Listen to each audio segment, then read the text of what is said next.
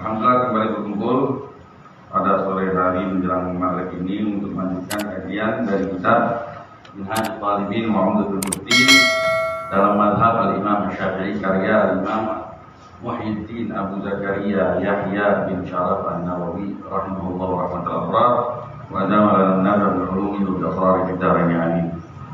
Kita sudah di penghujung bab tentang sifatus shalah. Ya, karena kita sudah bicara masalah salam, bahkan kita sudah bicara mulai masuk apa setelah sholat. Ya, kemarin terakhir pembahasan sunnah kita untuk melihat satu titik, yaitu titik sujud kita, supaya fokus. Ya, supaya fokus itu yang pertama, kecuali kalau sholat jenazah yang dilihat jenazahnya, dan kecuali juga setiap sholat setelah tasyahud dan mengangkat kedua tangan tunjuk kita untuk bersaksi, di situ disunahkan kita untuk melihat jari kita, tunjuk kita. Ya, ada yang bilang di Ka'bah kita melihat Ka'bah. Ya, tapi ada yang bilang enggak, yang pertama tetap melihat fokus di tempat sujudnya. Tapi umumnya orang kalau dari Mekah paling enak melihat Ka'bah. Udah ambil pendapat yang menyarankan melihat Ka'bah. Iya. Cuman kadang-kadang kita kalau melihat Ka'bah, kalau langsung depan kita ada Ka'bah, tapi di depan kita ada orang lalu lalang, nah ini bikin akhirnya tashwish, bikin orang nggak fokus dalam sholat. Iya. Itu ada yang bilang kalau ada Nabi Muhammad SAW bakti atau nggak siapapun, terkadang ketika kita lagi sholat, ya bayangkan kita lagi makmum dengan Nabi Muhammad SAW. Bayangkan lagi di depan kita, di sebelah kanan depan kita, sebelah kiri depan kita itu ada Nabi. Pas Nabi sujud kita ikut sujud. Ya Allah, di situ nanti ada kekhusyuan yang luar biasa. Boleh dicoba itu, boleh dicoba. Dia. Terus dibahas juga masalah memejamkan mata. Memejamkan mata itu tidak ada riwayat dari Nabi dan dari sahabat ya bahwa mereka pernah memejamkan mata. Ya, jadi anjurannya bahkan dikatakan makruh memejamkan mata. Ya, karena ada hadis dhaif yang mengatakan bahwa makruh memejamkan mata. Tapi Al-Imam Nawawi kemudian melanjutkan, bagi saya nggak makruh memejamkan mata karena hadisnya dhaif, nggak bisa dijadikan pegangan untuk menyatakan bahwa memejamkan mata itu makruh. Jadi yang baiknya melek, tapi apabila memejamkan nggak masalah, khilaful afdal aja. Tapi Al-Aziz bin Abdus Salam memfatwakan apabila kalau kita nggak memejamkan mata malah akhirnya jadi nggak khusyuk, terus memejamkan mata jadi khusyuk, pejamkan mata. Yang penting khusyuk. Ya itulah fikih. Intinya inti dari fikih itu sebenarnya dalam sholat ya, ini sebenarnya khusyuknya. Maksimalkan kekhusyukan. Khusyuk nggak bakal diraih kecuali dengan tadabbur. Nanti semuanya akan disebutkan. Ya, memahami ayat-ayat sucinya, memahami makna gerakan dengan menuntut ilmu, dan udah akidahnya sudah bagus, belajar akidah, tahu bagaimana sifat-sifat Allah dan lain sebagainya. Insya Allah akan terbantu itu semua untuk menambah kekhusyukan kita dalam sholat. Langsung sekarang kita lanjutkan ke kajian berikutnya, masih di bab sifatus shalah di akhir-akhirnya. Bismillahirrahmanirrahim. Qala al-Imam Muhyiddin Abu Zakaria Yahya bin Sharaf an-Nawawi rahimahullah rahmatul abrar wa adama lana an-naf'a bil ulumi wa asrar fi darin amin. Fi kitabih Minhajul Talibin wa Umdatul Mufthin ila an qala radhiyallahu ta'ala anhu wa anna wa ankum wal khushu'u wa tadabburul qira'ati والذكر ودخول الصلاة بنشاط وفراغ قلب وجعل يديه تحت صدره آخذا بيمينه يساره والدعاء في سجوده وأن يعتمد في قيامه من السجود والقعود على يديه وتطويل القراءة الأولى على الثانية بالأصح والذكر بعدها وأن ينتقل للنفل من موضع فرضه وأفضله إلى بيته وإذا صلى وراءه نساء مكثوا حتى ينصرفن wa an yansarifa fi jihati hajatihi wa illa fa yaminihi wa tantadhil qudwatu bi salamil imam falil ma'mumi an yastaghila bi du'ain wa nahwihi thumma yusallim wa walau iqtasara imamu ala taslimatin sallim nithintain wallahu a'lam. Berkata Imam Nawawi di penghujung bab sifatus shalah, ya, wal khusyu'u, dan disunnahkan kita untuk khusyuk. Khusyuk secara zahir maupun batin. Bagaimana gambarannya? Ya, bayangkan bahwa Anda benar-benar berdiri di hadapan raja dari maharaja. Ya, engkau lagi sedang berbicara secara pribadi dengannya, dan bayangkan bahwa sholatmu itu akan disodorkan kepadanya, dan boleh saja Allah Subhanahu wa Ta'ala menolak sholat tersebut ataupun menerimanya. Oleh karena itu, dirinya kita di hadapan Allah penuh harap, selain kita curhat, kita penuh harap agar sholat kita ini dikabulkan. Sholat yang dikabulkan biasanya, ya, seseorang yang dihadapkan kepadanya, seorang biasanya kalau dalam perlombaan misalkan, juri akan memilih, akan menerima apa dari peserta yang paling baik, yang paling bagus membawakannya, ya. Artinya kita seperti itulah di hadapan Allah Subhanahu wa Ta'ala. Ya, dasarnya banyak, fataflahal mu'minun alladzina hum fi shalatihim khashi'un, sungguh beruntung. Dan Sayyidina Ali menafsirkan tentang arti khashi'un, maksudnya bilinil qalb, dengan hati yang luluh, ya, dan kafil jawareh, anggota tubuh kita enggak enggak kemana-mana, enggak iseng kemana-mana, jelalatan bermata. Kalau tangan apa namanya? Kalau bahasa Indonesia ini kita butuh bahasa Indonesia. Kalau celamitan, ya begitu. Celamitan. Ya. Ma min 'abdin muslimin yatawaddau wa yuhsinu wudu'ahu thumma yaqumu fa yusalli rak'atain yurbilu 'alaihi min wajhihi wa qalbihi illa wajabat lahu jannah. Hadis, barang siapapun hamba seorang muslim yang berwudu dan memperbaiki wudunya, kemudian dia sholat, ya, 2 rakaat, ya, seraya dia hadapkan totalitas dirinya, zahir dan batinnya kepada Allah, maka dia akan meraih surganya Allah Subhanahu wa Ta'ala. Ya. Terus kenapa khusyuk kan adanya di sini, di hati.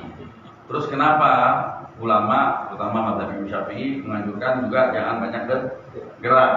Iya, karena ada dasarnya hadis baginda Nabi bunyinya begini. Nabi pernah melihat seseorang lagi sholat, lagi mainin jenggotnya, gitu. Terus Nabi Muhammad berkata, "Lau khasya'a qalbu hadza la khasya'a jawarihu." Andaikan hatinya ini orang khusyuk, anggota tubuhnya pun juga akan khusyuk. Jadi itu membabit talazum, artinya yang namanya zahir pas batin mempengaruhi zahir, zahir juga mempengaruhi batin. Iya.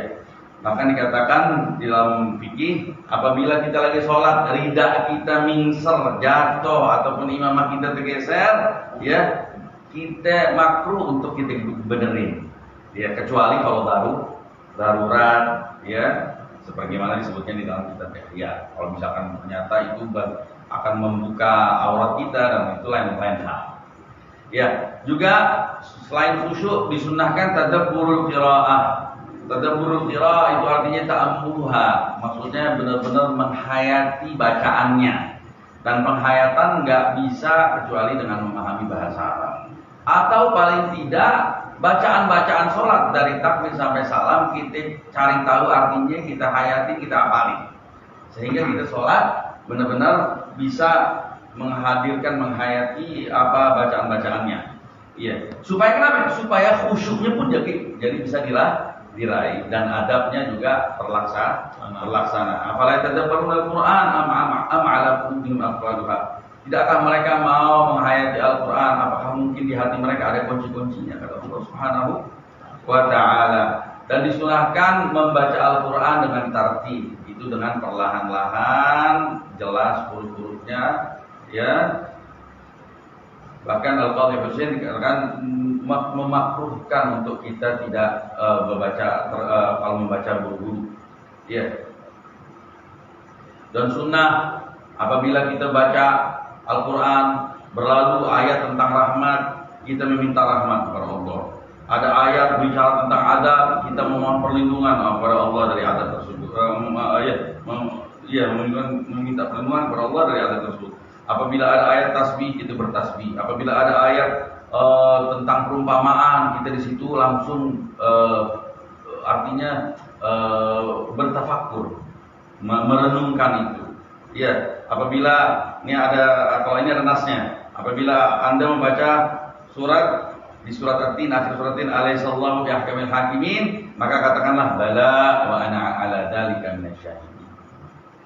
Kalau baca fa bi ayyi haditsin ba'dahu yu'minun di dalam surat Al-A'raf, ya ayat 158 katakan bala wa ana ala dzalika minasyahidin. Iya, amantu billah.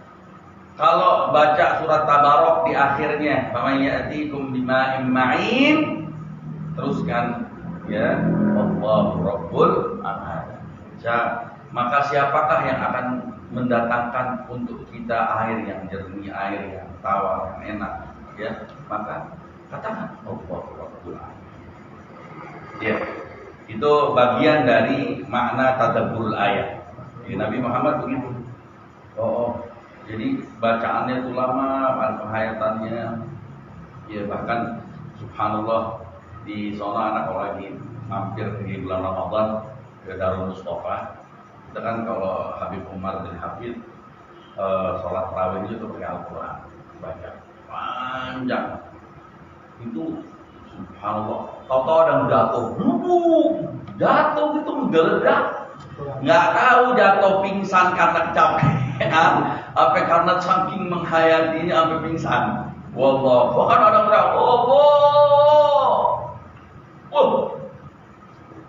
khusyuk menghayatkan sampai begitu. Ya, ini orang macam-macam sifatnya. Ya. Tapi orang yang bisa tegar walaupun hatinya nangis itu lebih baik. Salaf kita lebih senang orang yang wirid tapi nggak banyak goyang, hati menjerit,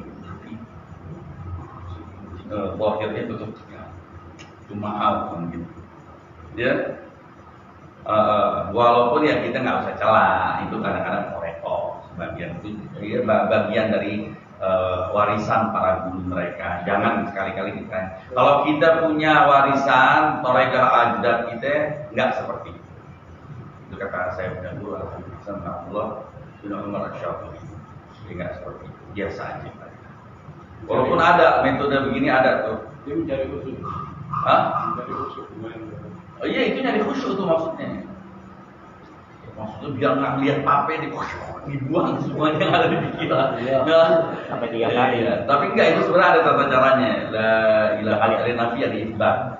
La ilaha illallah, ke kiri sini. La ilaha illallah, la ilaha illallah, la ilaha illallah. Ada kaifiahnya, ada riwayatnya dari para syuyukh mereka. Ya, al-muhim. Dan disunahkan juga untuk menghayati dzikir, bukan hanya qiraah. Kalau qiraah kita nggak menghayati, kita dalam membacanya tetap dapat pahala. Ya, baca Quran. Tapi kalau zikir takutnya malah kita nggak dapat pahala. Walaupun ada sebagian ulama bilang, walaupun kita nggak menghayati dapat pahalanya. Tapi kan dia bukan sangat beda sama Al-Quran. Makanya upayakan untuk menghayati subhanallah hamdi, subhanallah rabbiyal a'la wa hamdi, subhanallah maha suci engkau. Kita lagi sujud, di situ subhanallah maha suci engkau yang maha tinggi. Bayangkan kita rendah, Allah tinggi. Dan begitu seterusnya. Wa yusannu, dan juga disunahkan wa dukhul shalah minasyar wa faragal, dan upayakan untuk masuk ke salat dalam keadaan semangat dan hati lagi sedang kosong pikirannya dari perkara dunia.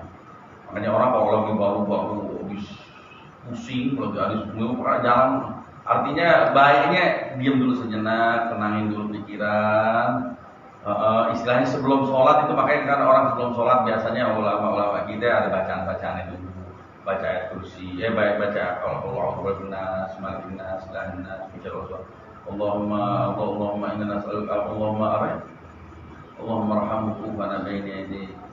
Ya Allah, rahmatilah ya Allah berdirinya kami di hadapan-Mu ya Allah.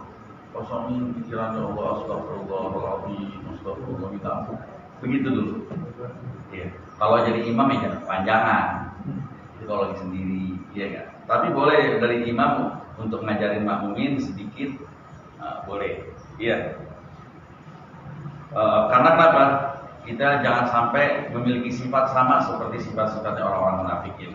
Orang munafikin itu idza qamu ila sholati qamu kusala. Apabila mereka ingin melaksanakan sholat, mereka melaksanakannya dalam keadaan males-malesan. Dan hati benar-benar kosong ya dari urusan dunia. Ya, karena itu semua membantu kekhusyuan. Terus juga disunahkan untuk meletakkan kedua tangannya di bawah dada. Iya, seraya tangan kanan kita meraih tangan kiri kita. Iya. Nah, maksud di bawah dada di atas pusat. Di saat berdiri atau di saat gantinya berdiri. Misalkan kita sholat duduk, tetap begini. Iya. Bagaimana metodenya yang sempurna? Yang yaqbilu bi yaminihi ku'a yasarihi. Ya, ku. Jadi ada ku. Dalam bahasa Arab itu ada ku, ada kursu, ada rusuh, ada bu'. Ku itu azam yalil ibham. Tulang yang sejajar dengan jempol. Nih, tonjolan tulang. Tonjolan tulang yang ini yang sejajar dengan kelingking disebut kursu. Nah, ini yang di tengah sini nih, ini rusuk. Kalau bu itu tulang yang sejajar dengan jempol kaki yang jendol kan, yang berjendol. Nah itu orang Arab bilang kalau orang ini bodoh, ini orang ini kurang tanggap nih. Kalau ditanya, kalau gelagapan gitu, disebutnya apa? Ada rajul ma ya'rif ku' min bu'. Dia nggak tahu ngebedain yang mana yang ku, yang mana yang bu. Dia nggak tahu.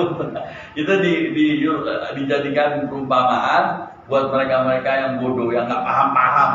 Lu kasih tahu lu nggak paham. Emang susah, subhanallah, ngapalin ku, bu, khulsu. Khulsu yang mana? Dulu kita belajar begitu. Sampai di Habib Hasan saat ini dulu suka ngetes. Wan ku, mana ku ente? Yang mana ya? Bingung langsung. Wan ku gitu. Suka dites. Biar tanggap, biar cepat. Nah, di dalam sholat tangan kanan kita megang tangan kiri kita. Iya, megangnya kok yang dipegang, gitu. Ya, gini. Terus dan sebagian sa'id nih tangan bawah, sebagian nih, bukan semuanya begini. Kalau kan semuanya begini, ada begini kan? Ini memegang seluruh sa'id. Enggak, pegang sebagian aja. Pegang yang dipegang, yang digenggam itu kuknya. Kuk. Terus dua jari ini pegang sa'id, sebagian sa'id sama kursunya. Rusuh nih. Wa ba'd sa'idha wa rusuhha lil ittiba'. Itu ada gambarannya di sebagian hadis. Ya, gitu tuh. Selebihnya buang. Gitu. Enggak begini, enggak. Ada yang satunya begitu. Iya, maksudnya pokoknya ada sebagian dipegang. Ya. Terus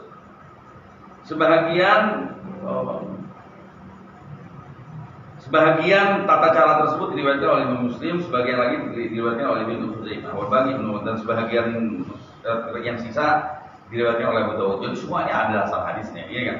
Wa qila yatakhayyar baina basthi asabi', ada yang bilang enggak, bebas, boleh begini, tuh. Boleh begini semuanya. Tapi yang sesuai dari kumpulan dari berbagai riwayat. Ya, ini mazhab Syafi'i, entar ada mazhab lain di sini, ada di sini ada. Iya. Itu mazhab Syafi'i, ya. Nah, yang benar, yang ashah ya, ada dua riwayat bahwa setelah takbir Allahu Akbar langsung taruh di sini. Karena ada pendapat yang mengatakan habis takbir turunin dulu semuanya, baru naik. Iya. Nah, menurut Imam Syafi'i, ya, bagi dirinya maksud dari menggenggam tangan itu, walaupun periwayatannya nggak sampai derajat sahih, bagi dia itu supaya tidak abad, itu dia tidak kelamitan, tidak kemana-mana tangan gitu.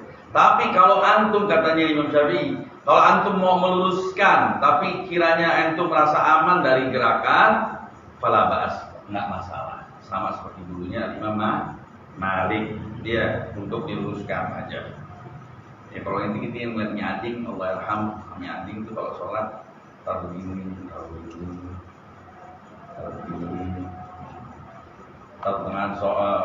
taruh tangan sholat dilepas. Terkadang satu rakaat dilepas semuanya.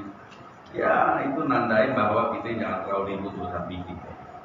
Urusan furu ini kecuali akidah. Dan itu juga dibayani Jawas memberi pengertian, seorang guru berperilaku seperti itu, memberi pengertian, pengajaran kepada orang-orang yang melihatnya bahwa begini boleh, begitu juga boleh. Tapi afdolnya begini, supaya lebih khusyuk. Iya. Terus doa fi sujud, sunnah membaca doa di sujudnya. Ya banyak hadis-hadis amma sujud fa aqiru fihi min ad-du'a fa qamin an yustajaba lakum. Adapun sujud maka perbanyaklah doa di dalamnya, bisa dipastikan segala doa insyaallah diterima di situ. Ya. Terus ada hadis ada lumayan abdu rabbi wa huwa sajid fa doa, paling dekatnya hamba kepada Tuhannya yaitu di saat dia sujud, maka perbanyaklah doa di situ. Ya ijtahid doa, di sebagian riwayat berupayalah semaksimal mungkin untuk berdoa. Iya, doa itu luar biasa fadilahnya. Ya doa silahul mu'min wa imaduddin, ya wa nurus samawati wal ard, kata baginda, doa itu senjatanya orang beriman dan tiang pasaknya agama dan cahaya langit dan bumi.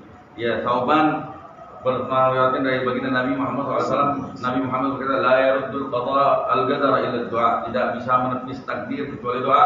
Wala yazidu fil umur illa bir, tidak bisa menambah umur kecuali kebaikan, bentuk kebajikan.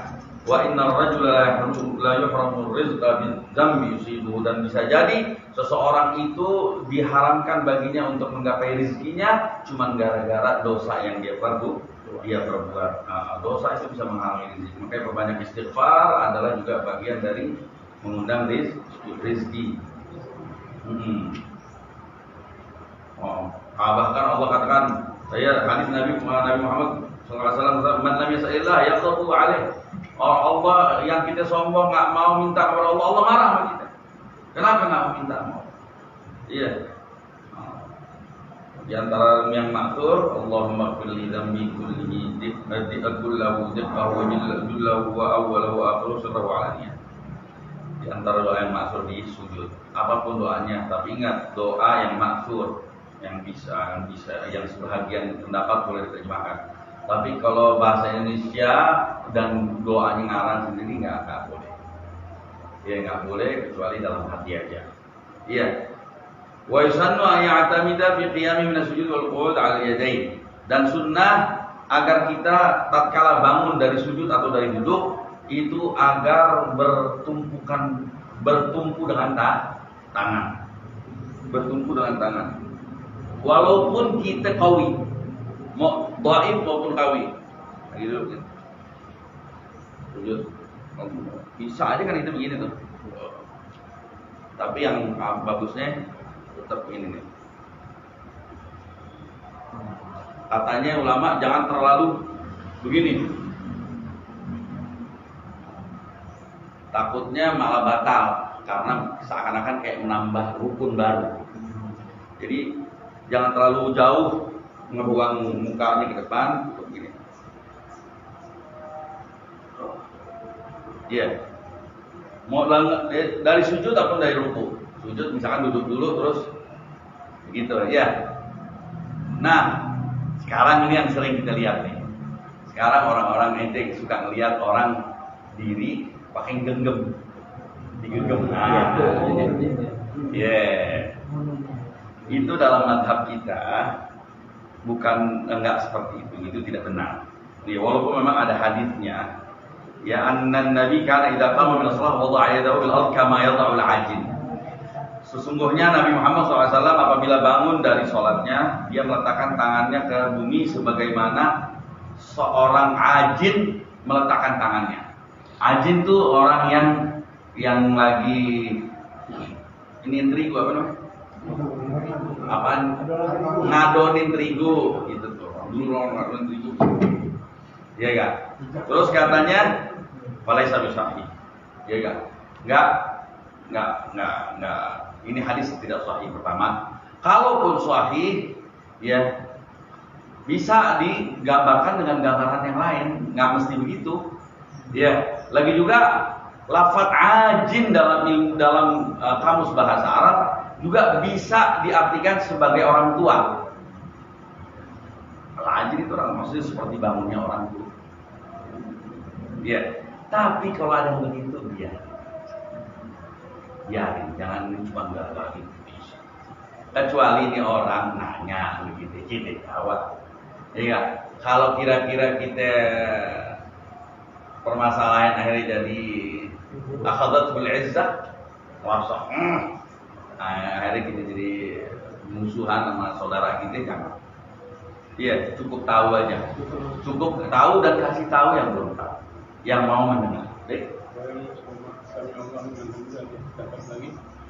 Udah kemarin kita udah bahas di pas tahiyat i'tidal ya. Nah, waktu i'tidal sunnahnya enggak begini. Walaupun ada hadis yang menggambarkan bahwa berdiri setelah ruku i'tidal sebagaimana Anda berdiri. Sebagaimana Anda berdiri sebelum ruku ya. Anda berdiri sebelum ruku gimana posisinya? Ya begini. Ada yang memahami itu jadi dia begini. Tetapi yang istilahnya yang dianjurkan sama fuqaha Syafi'iyah begini. Besar. Ya. Kita udah berlalu tuh pembahasan. Tapi nggak apa-apa, cocok. Pas. Jadi seperti itu ya. Wa ya'tamil berqiyam min sujud ruku' ala yadayhi. Sawa'un fil qawi wal dhaif. Mau dia kuat, mau dia lemah, sama aja. Juga disunnahkan tatwilu qiraatil ula 'ala tsani bil ashah. Disunnahkan untuk memperpanjang bacaan Quran setelah Al-Fatihah ya. Di rakaat pertama lebih panjang daripada rakaat kedua. Fil ashah menurut pendapat yang ashah. Qabil ashah enggak apa-apa, sama. Ya. Tapi ini semua kalau memang enggak ada nas riwayatnya, kecuali kalau ada nas riwayatnya seperti sholat kusuf. Kalau sholat kusuf memang harus lebih panjang pertama daripada terakhir. Dan wal qira'ah bis sajdah wa hal ata bi subuh dan subuh Jumat ada riwayat kita suruh baca apa? Alif lam tanzil, as-sajdah atau as-sajdah dan hal ata 'alal insan, surat al-insan. Nah, itu surat insan lebih panjang daripada surat sajdah. Ya. Tapi kita enggak, surat al-insan dulu ya baru sajdah. Artinya kan ada perbedaan pendapat, ada yang bilang nggak apa-apa, sama, ada yang bilang pertama lebih baik lebih panjang. Tapi ini semua perbedaan pendapat ini tidak berlaku di momen-momen yang memang ada riwayatnya. Gitu ya, makanya misalkan sholat Jumat ya Sholat Jumat katakan di sini memperpanjang kedua kayak sabihis sama hal ataka. Hal ataka lebih panjang daripada sabihis. Ya. Dan lain sebagainya. Artinya ada perbedaan pendapat apakah sunnah kita memanjangkan yang pertama atau tidak. Ya. Perbedaan pendapat ini berlaku di selain kasus-kasus yang memang di situ ada riwayatnya. Kalau ada riwayatnya ikutin riwayat. Iya, ikutin riwayat. Wadzikru ba'daha, dan sunnah berzikir setelah sholat. Sunnah berzikir setelah sholat, macam-macam zikir setelah sholat. Ya, doa, zikir di Sahih Bukhari ataupun di selainnya. Diriwayatkan dari hadis Thauban bahwa Rasulullah SAW ya apabila selesai sholat dia beristighfar 3 kali. Kemudian berkata Allahumma antas salam, minkas salam, tabaraka ya dzal jalali wal ikram. Dengan berbagai riwayat yang kita jalanin semuanya lebih lengkap. Ya kira al-adai wa hadhihi riwayat kayak beristighfar. Nah, bagaimana katanya istighfarnya? Astagfirullah. Terus diriwayatkan dari oleh Imam Muslim dari Ka'ab bin Ajrah bahwa Nabi Muhammad SAW berkata mu'aqibat la yakhif qa'iluhunna dubura kulli shalah maktubah. Ya, ada perihal yang didatangkan setelah sholat wajib yang barang siapa yang melaksanakannya maka dia tidak akan merugi dan celaka. Itu 33 tasbih, 33 tahmid, 34 takbir. Sebagian riwayat 33 dan yang ke-34-nya la ilaha illallah wahdahu la syarika lahu mulku wa lahu hamdu wa huwa ala kulli syai'in qadir. Ya, terus disebut ghufira khataya, barang siapa melakukan itu maka akan diampuni segala dosanya. Walaupun sejumlah buih di lautan. Ya, sebagian berkata ya seperti itu ya, masya Allah. Ada yang bilang jama' aja riwayatnya, jama' aja. Ada yang bilang 34, ada yang bilang 33, 34 aja baru dan tambah la ilaha illallah. Kayak kita kan subhanallah, ilahi ya rabbi subhanallah. Kalau mimpin tuh ilahi ya rabbi subhanallah, pasti ngomong subhanallah itu udah hitung satu. Ilahi ya rabbi subhanallah. Subhanallah wa bihamdihi daim, itu tambahan para ulama, wa bihamdihi daiman abada. Alhamdulillah. Alhamdulillah.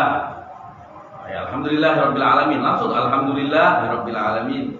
Ala kulli hal wa bihamdihi daiman. Allahu akbar, Allahu akbar, Allahu akbar. Pas Allahu akbar, terus ada terakhir Allahu akbar kabir. Nah, tambahin ke Allahu akbar itu yang bisa 30. Allahu akbar kabira wa hamdallahi katsiran subhanallahi wa bihamdihi la ilaha illallah wahdahu la syarika lah lahu mulku wa lahu hamdu yuhyi wa yumiitu wa huwa ala kulli syai'in. Dan barang siapa yang setelah sholat subuh ya dia nggak pindah tempat qabla ayat kalama la ilaha wahdahu la syarika. Barang siapa setiap sholat subuh dan juga maghrib sebagian riwayat sebelum dia merubah tempatnya mengucapkan la ilaha illallah wahdahu la syarika lahu mulku wa lahu hamdu yuhyi wa yumiitu wa huwa ala kulli syai'in 10 kali, maka dicatat 10 kebaikan untuknya, dihapus 10 kesalahan darinya dan diangkat 10 derajat untuknya. Wa kana biyomi, dan di harinya tersebut dia akan mendapatkan perlindungan dari segala yang tidak diinginkan dan akan dijaga dari godaan syaitan. Maka dianjurkan setiap subuh dan maghrib. Iya. Juga ini ayat kursi. Barang siapa yang baca ayat kursi, kita kadang-kadang baca ayat kursi cuma subuh sama maghrib. Tapi anjurannya sebenarnya setiap sholat. Disebutkan di Nasihat Diniyah juga kemarin. Hadisnya man qara'a ayatul kursi fi duburi kulli sholatin maktubatin lam yamna'u min dukhulil jannah illa an yamut. Barang siapa yang membaca ayat kursi setiap habis sholat wajibnya, maka tidak akan menghalangi dia dari surga kecuali kematian. Artinya mati, melek langsung surga. Nggak usah pakai nunggu-nunggu deh. Makanya penting banget baca ayat kursi. Upayakan, ya. Setiap sholat fardu, Ustaz. Iya, itu apa? Ya. Dan Nabi pernah ditanya, ayat doa asma, doa yang bagaimana yang paling didengar oleh Allah? Itu doa yang dipanjatkan di tengah malam, joglet wa dubur sholawat, dan doa yang dipanjatkan setelah sholat. Jangan pelit-pelit, walaupun sebentar kita doa, walaupun cuma Rabbana atina fid dunya hasanah wa fil akhirati hasanah, sholat. Yaitu luar biasa fadilahnya. Juga hadis Mu'adz terkenal ini. Ya Mu'adz, hadis al-musalsal bil mahabbah. Ya, Rasulullah waktu mau ngajarin Mu'adz, ngomong dulu, ya Mu'adz inni uhibbak. Ya Mu'adz, saya cinta kepadamu. Katakanlah, ya saya mewasiatkan untukmu, jangan kau tinggalkan setiap habis sholat untuk membaca Allahumma inni ala dzikri wa syukrika wa husni ibadatik. Nah itu musalsal bil mahabbah. Perawinya setiap ngomong, misalkan guru kita ngomong ke kita, ya Saleh inni uhibbak. Terus itu namanya musalsal. Jadi perawi-perawinya waktu meriwayatkannya sama seperti Nabi mengatakan kepada Mu'adz. Sebelum mengucapkan itu hadis anjuran wasiatnya, nyatakan cinta dulu kepada yang mau diriwayatkan. Masya Allah, itu hadis musalsal mahabbah. Diwaisan tadi juga sunnah untuk pindah, ya, habis sholat wajib pindah untuk melaksanakan sholat sunnah dari tempat sholat fardunya. Bahkan dari setiap sholat ke sholat yang berikutnya, ya, tujuannya agar makin banyak tempat yang bersaksi akan sujudnya kita. Ya, sunnah pindah tempat. Kalau nggak bisa pindah tempat, ngobrol sedikit. ngobrol. Atau nggak bingung kita ya, pindah tempat, gantian sama teman softnya panjang gitu ya. Wa afdaluhu ila baitih. Ya, dan afdalnya sholat sunnah di rumah. Ya, sholat sunnah di rumah lebih afdal. Ya, juga dianjurkan bagi imam kalau lagi zikir dan doa menghadap ke makmum, ngebelakangi kiblat. Bahkan ada yang mengatakan enggak, sisi kanannya makmum, sisi kirinya kiblat, atau sebaliknya.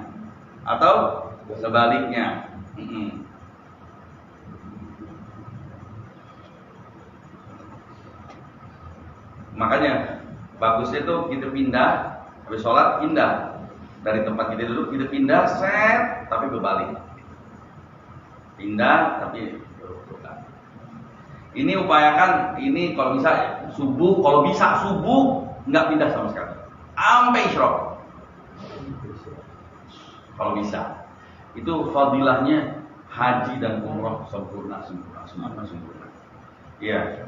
Wa idza shalla wa ra'ahum nisa. Nah, tapi kalau misalkan lagi sholat belakang ada perempuan, biar tuh perempuan jalan dulu, baru lo belok. Jangan kapan datang perempuan? Enggak, disuruh jalan dulu perempuan, kira-kira berjalan. Nah, perempuan sunnah habis sholat langsung bangun. Perempuan begitu sunnahnya. Iya. Atau yang salih, lawan yang salih fi jihati hajati wa illa babi fayamini. Mau bangun dari tempatnya ke mana? Ke kanan apa ke kiri? Katanya ke arah kemana hajatnya. Kalau rumahnya pintunya di situ ya ke kanan. Kalau ke kiri. Kalau nggak ada hajat ke kanan. Diupayakan arah ke kanan. Juga diupayakan kalau tempat kita jalan menuju sholat, pulangnya bedain jalannya. Biar setiap jalan bersaksi akan langkah kita dari dan menuju masjid. Ya. Mau sholat, apapun, mau nengokin orang, jalannya, pulangnya beda. Ya. Bila babiam ini, watan kadil kutu bisa imam. Dan keterkaitan antara imam dan makmum dalam sholat berhenti di saat imam melaksanakan salam pertama. Saat salam pertama selesai di situ keduanya. Artinya, maka dari itu falil makmum makmum kalau nggak mau langsung salam boleh. Dia mau baca doa lagi di dalam tasyahudnya dipanjangin nggak pakai wanahui cuma salam. Kemudian dia salam. Ya, andaikan makmum berbuat salah, ya, yang mana perbuatan salah tersebut mensunnahkan dia untuk sujud sahwi. Habis di imam salam, assalamualaikum, kita sujud sahwi. Nggak masalah, karena imam nggak menambal sholatnya kita. Walau tasara imamu ala taslimatin salamatan. Andaikan imam cukup hanya salam sekali, ente makmum sempurnakan 2 kali karena fadilah. Ya nggak masalah. Ya, salat salam kan sepakat, salam cuma sekali yang rukun. Ya, wallahu a'lam. Selesai. Alhamdulillah. Pas. Ya kan? Dan dianjurkan disunahkan kita jangan salam kecuali kalau imam udah salam 2 kali. Itu afdol. Assalamualaikum warahmatullahi baru jadi assalamualaikum. Itu sunnahnya. Ini kita mengejar-kejaran Jadi orang-orang baru ikut. Tapi kalau diikutin nggak batal, kecuali takbir. Takbir dibarengin batal. Selebihnya enggak. Cuman info fadilah jamaah kita nggak dapat titik itu. Wallahu a'lam.